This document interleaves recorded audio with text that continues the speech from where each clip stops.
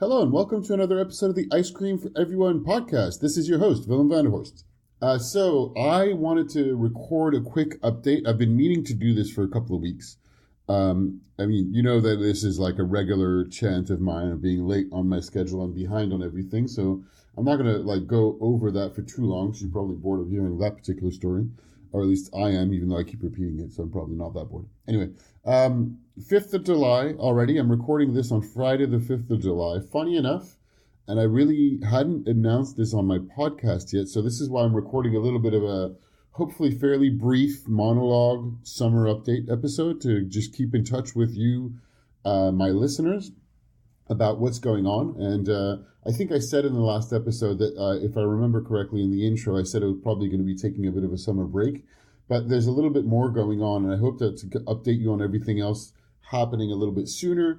But basically, and we're for friends on Facebook, or if you've seen on Twitter, you might have noticed that I am actually moving, and I'm leaving Chicago, and I am moving to Paris. And in fact, at this time, I should be in the air on the way to Paris.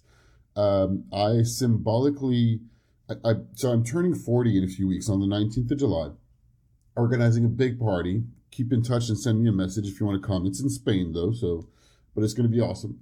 All my friends and family from all over are coming to join, and it turns out there's a few people canceling, so I have a few more slots because I've got a limit on how many guests I can have at that particular villa. We have an agreement with the property owners. Anyway, that's a completely different topic. So I'm turning 40 in a couple of weeks, and I'm very excited about that. And I've been thinking for the past few months about where I wanted to be and what I'm up to. And I already had this flight for the vacation booked because I had a good deal to leave on the 4th of July. And I didn't really have anything planned when I booked the flight. It was last year. It was a while ago.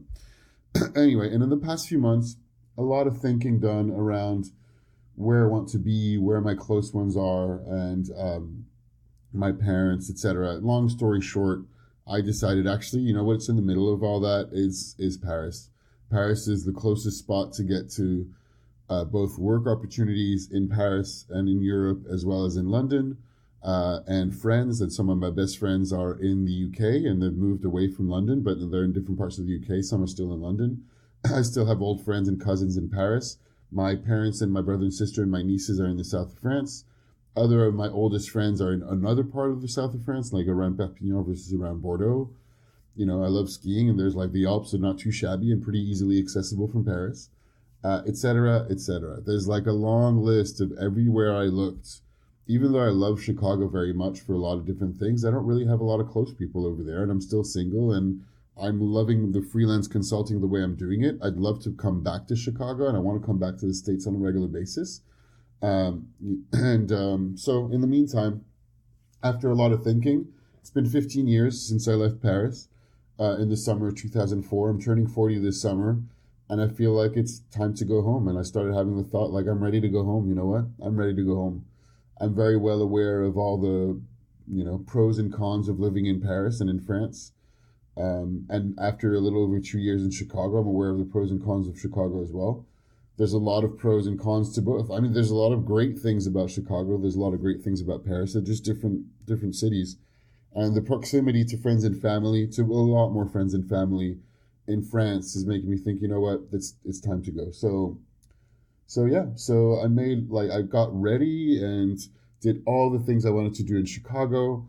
Last week, I managed to carve some time to do a whole week of intensive improv comedy training at the Annoyance Theater. I highly recommend The Annoyance. And I got Mick Napier's book, The Founder of the Annoyance Theater. I really, really enjoyed their philosophy.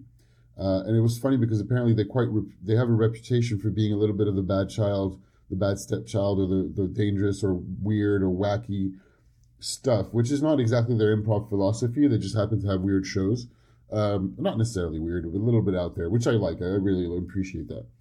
And I was with a group of fantastic people from all around the world and all around the U.S. and who are really seasoned improvisers and or performers and teachers. And I managed to keep up with them, and it was a fantastic experience. I went beyond myself in terms of performing, and grew a lot in terms of human. It was extremely rich to be exchanging with all the people there. and I really enjoyed it. So I'm thinking about like getting back into improv in Paris as well, and hopefully coming back to Chicago to take more classes at some point. So that was cool. I also took a 3-hour workshop about stand-up comedy at the Second City, the theater in Chicago, famous theater, obviously. And I've been to see a lot of comedy shows, and I dipped my toe in the water by going to an open mic and writing a few things and going up to the open mic. And really, I didn't have anything very prepared. I wanted to write, and then I ran out of time, and I thought, you know what, I'm just going to do it. I'll put a few notes down, and I went up there and I did 3.5 minutes, 4 minutes, or whatever it was, 3.5 something. And it was really more about braving the fear of being up to the mic, which is so interesting that it's very different. Improv comedy and stand-up comedy.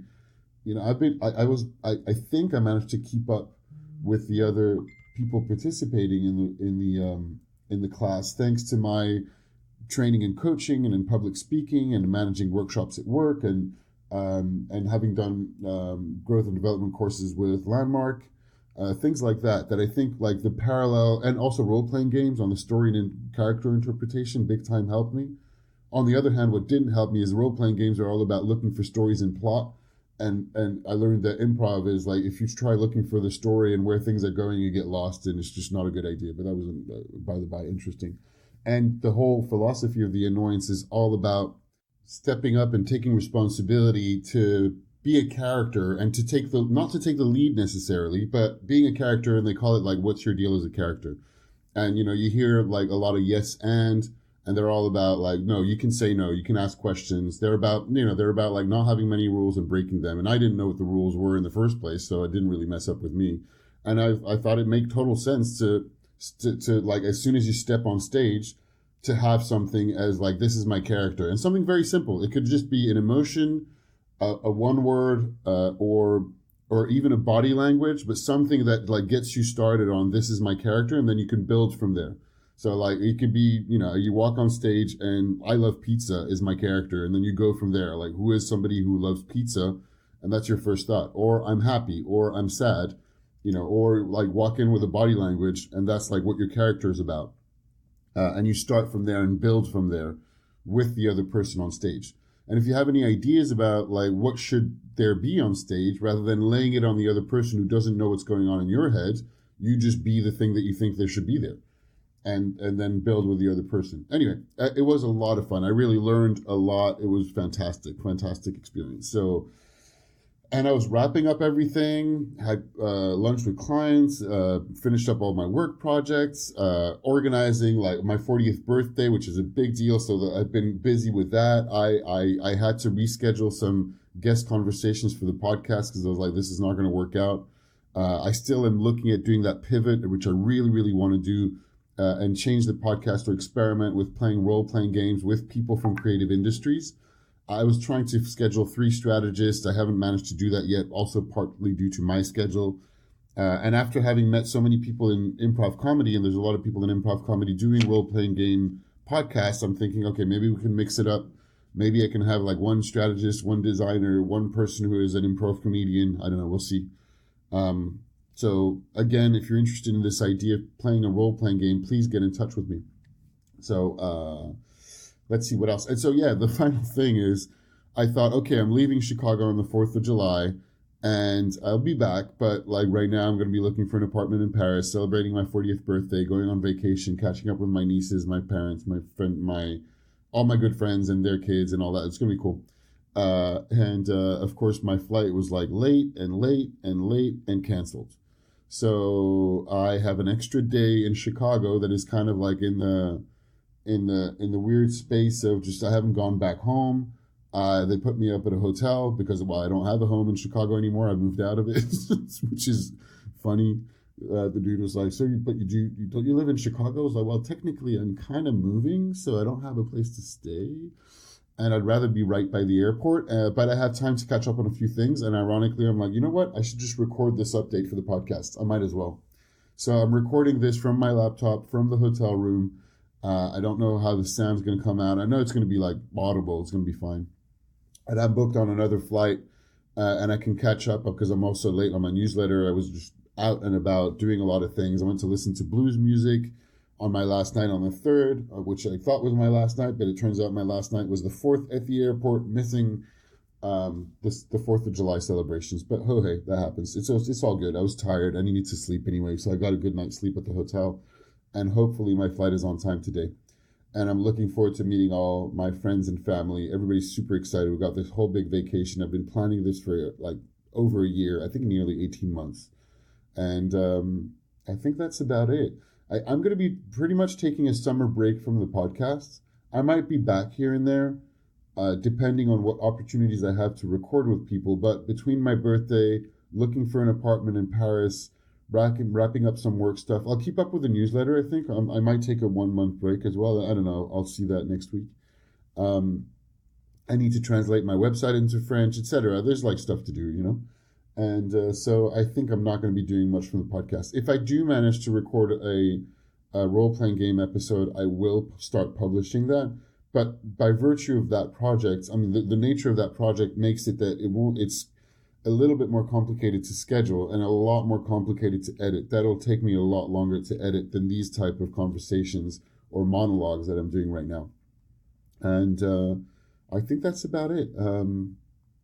If you have a project to talk about, if you are interested in having the advice of a marketing and brand strategist like myself, please send me an email. It's Willem, Willem, at icecreamforeveryone.net. You have all the rest of my information on the website, which is icecreamforeveryone.net, everything spelled out. You can find me on Twitter at ICWillem, letters I and C for ice cream, Willem, Willem. You can find me on Facebook. You can find me everywhere. Please leave a rating and a review for the podcast if you enjoy it, or send me an email or a text message or anything. Like, I promise you, if you listen to this and you're thinking, oh yeah, I've been meaning to do this, please take a minute and do it. It really, really makes a difference, a super positive difference to my morale, to know that people are listening to this and enjoy it. Because otherwise, the only thing I have to relate to is the numbers on my media hosting website. They're not high. I don't have a lot of people listening to this. I do have a few hundred people listening to this. And as you know, I'm like late and I change plans and I do other things. So I've not been extremely consistent with publishing, but I keep it up and I want to get more consistent. But I'm also interested in a lot of different things. So I really enjoy the fact that I get to do a lot of different things, like a whole week of improv comedy. And it was, from 10 in the morning to 7 in the evening. And I was managing a few other things at the same time. So that, I have to balance out. Sometimes I give priority to the podcast. Sometimes I don't. But I always love to hear from you. It really, really helps. I really love to hear that people are appreciating and enjoying the podcast. So however you do it, a review lets other people find the podcast, which is awesome. But a personal message it boosts me. It gives me heart, and it makes me happy. So yeah, if you take a minute to do that, I really would appreciate. And or birthday, wishes. I'm happy for that too. I think that's about it for now. Thank you very much for listening. Good afternoon, good night, good morning, whatever time of day or night it is for you. I'll talk to you later. Bye.